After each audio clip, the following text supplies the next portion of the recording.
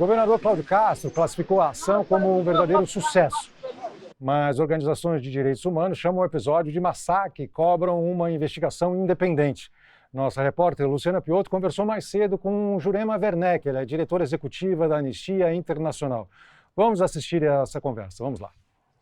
Jurema, mais uma vez, obrigada por participar do Terra Agora. A gente tem, enfim, um momento devastador e histórico que a gente está assistindo no Rio de Janeiro.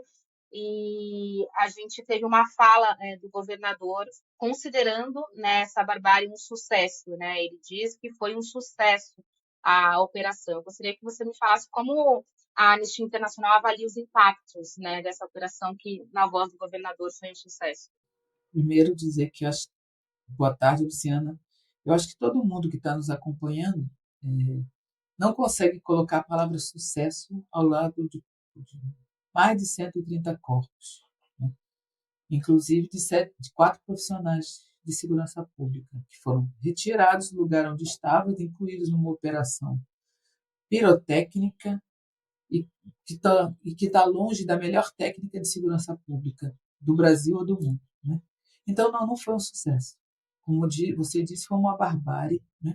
Uma barbárie que fez com que 132 pessoas, segundo os números ainda não oficialmente confirmados, fossem assassinadas por agentes do Estado que não tinha autorização para isso. Teoricamente, foram lá para cumprir 100 mandados de prisão e busca, apreensão. Foram despreparados, né? Certamente despreparados, porque o que se viu lá demonstrou que, apesar que, primeiro, que o governador tinha aberto mão ao longo desses 5 anos e 2 meses que ele está à frente do governo do Estado, de promover segurança pública, e promover segurança pública significa reduzir a criminalidade a partir da inteligência, do planejamento, de uma política adequada que use a melhor técnica, significava prevenir que o crime voltasse a acontecer, significava proteger a vida e o patrimônio das pessoas e das comunidades. Nada disso a gente viu ontem. Nada disso a gente está vendo até agora. Então, não é um sucesso. É leviano de parte do governador, é irresponsável de parte do governador, de qualquer autoridade do Rio de Janeiro, dizer que há sucesso à beira, né, de uma terra vermelha de tanto sangue. A população que está lá perdeu vidas, está vivendo traumatizada, perdeu patrimônio, casas foram destruídas, animais foram mortos, empreendimentos, né, de trabalho das pessoas foram também atacados e destruídos, e as comunidades, são várias comunidades do Complexo da Penha e do Complexo do Alemão, estão paralisadas diante da tragédia. Já viveram outras vezes esse trauma. Já pediram por justiça, reparação e que cessasse a violência do Estado. E vejam o que a gente viu, só piorou. É preciso lembrar, o governador está há 5 anos e 2 meses à frente do governo do Estado. Já tinha dado tempo dele desenvolver alguma política de segurança adequada dentro da melhor técnica e produzisse algum resultado. Ele abriu mão de fazer isso e termina nessa pirotecnia, que não é segurança pública.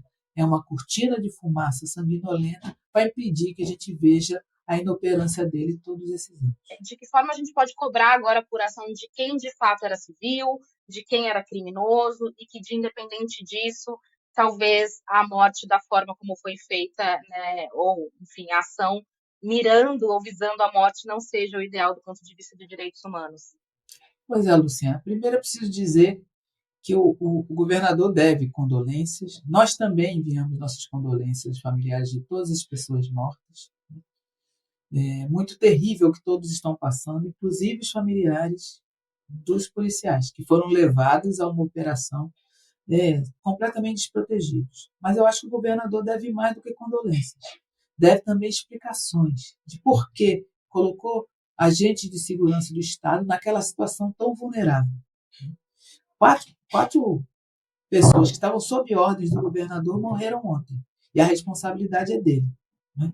Porque se ele já sabia que tinha grupos armados naquela região, se ele já sabia que aquela região era difícil de desenvolver operações, se ele já sabia que pela geografia do local seria difícil os policiais se protegerem a contento. Você já sabia que alguns policiais não estavam treinados, inclusive, para aquele tipo de atividade naquele local. Por que ele mandou essas pessoas para lá?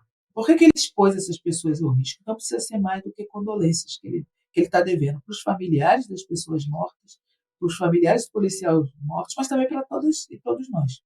Ele precisa explicar. E eu espero que os organismos, as instituições do sistema de justiça cobrem dele as explicações dentro do processo, do devido processo legal.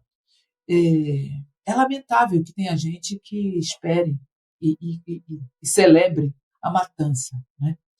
Mas, Luciana, tem várias coisas nessa celebração da matança. Primeiro, uma parte da sociedade, eu acredito que uma parte minoritária, gosta mesmo de ver o chamado circo pegar fogo, mas isso é uma minoria. A outra parte, que de certa forma apoia essa ação, essa matança, essa ação virulenta, são pessoas que estão falando pela voz do desespero, porque não estavam vendo solução. E o governador, a quem essas pessoas confiam, ou aparentam confiar, disse que essa era a única saída. Então é preciso que todas e todos nós façamos esse esforço para demonstrar para essas pessoas que o governador tinha saídas que preservasse a vida das pessoas, inclusive dos policiais, tinha saída que garantisse que ele estaria agindo dentro da lei, porque o que ele fez é fora da lei. A Constituição não autoriza o governador nem a dizer quem é criminoso. Né? Quem diz que é criminoso é a justiça que reconhece que é criminoso e condena. Nenhum governador, nenhum policial tem autorização para definir ninguém como criminoso. Eles têm obrigação de oferecer os elementos de prova para que o sistema de justiça possa tomar a decisão. Portanto, ele não estava autorizado, ninguém estava autorizado a dizer que ele é criminoso. E terceiro, a lei diz que criminoso também tem direito à vida. Pena de morte não foi autorizada no Brasil. Então é preciso também recolocar as coisas da forma correta. Porque se um governador é autorizado a violar a lei, como ele está violando, significa que ninguém está a salvo. Nem as pessoas que nesse momento, de forma impensada ou de forma calculada, estão celebrando a matança. Essas pessoas não estão a salvo, não estarão a salvo. Porque desses 5 anos e 2 meses, os grupos armados que estavam circunscritos, estavam aterrorizando uma fração da população da cidade, agora aterrorizam, assustam, produzem desespero em grandes porções da cidade. Né? A gente viu eles expandirem a área de ocupação diante do olhar conivente ou incompetente do governador e de seu aparato de segurança pública. O governador conhece muito bem a lei. Se não conhece, tem na sua assessoria, que é financiada e paga por nós, gente que entende muito bem a lei. E ele está agindo fora da lei. Então é preciso que a gente, primeiro, compreenda o desespero das pessoas e solidarize com as pessoas. Não é? Segundo, é preciso que a gente siga dizendo para as pessoas que o governador produziu esse quadro, não apenas o da matança, mas o que veio antes. Ele colaborou. Ele, na sua omissão ou na sua incompetência, ele colaborou. O que a Anistia Internacional espera das autoridades a partir de agora? Espera de reação das autoridades em relação aos familiares dessas pessoas que foram mortas, e como vocês acompanham, como que é o trabalho, né? Explica para a gente um pouco como que é o trabalho da Anistia Internacional na tentativa de garantir os direitos humanos a partir de agora. A Anistia Internacional estava lá no ML hoje, né? E vimos que o governo do Estado, a polícia, está bloqueando o acesso à informação, está bloqueando o acesso da família ao reconhecimento. Elas têm sido obrigadas a dar depoimentos lá no IML sem a presença de um advogado, né? E sem ter feito o reconhecimento dos corpos ainda. Isso é uma ilegalidade, isso não devia ser feito assim.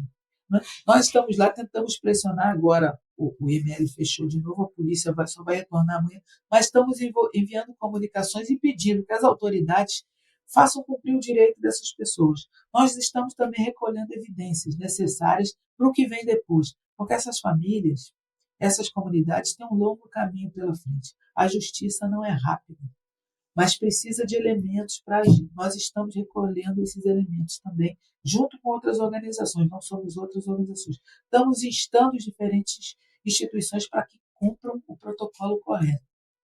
Todo mundo tem o que fazer. O sistema de justiça, os ministérios públicos, os tribunais, a polícia, elas têm que agir dentro da lei. A lei não está sendo cumprida no Rio de Janeiro. As famílias não estão sendo assistidas pela Defensoria Pública, estão sendo assistidas por organizações, mas o governo do Estado, na sua integridade, não está assistindo como deve. Elas estão expostas a mais violências.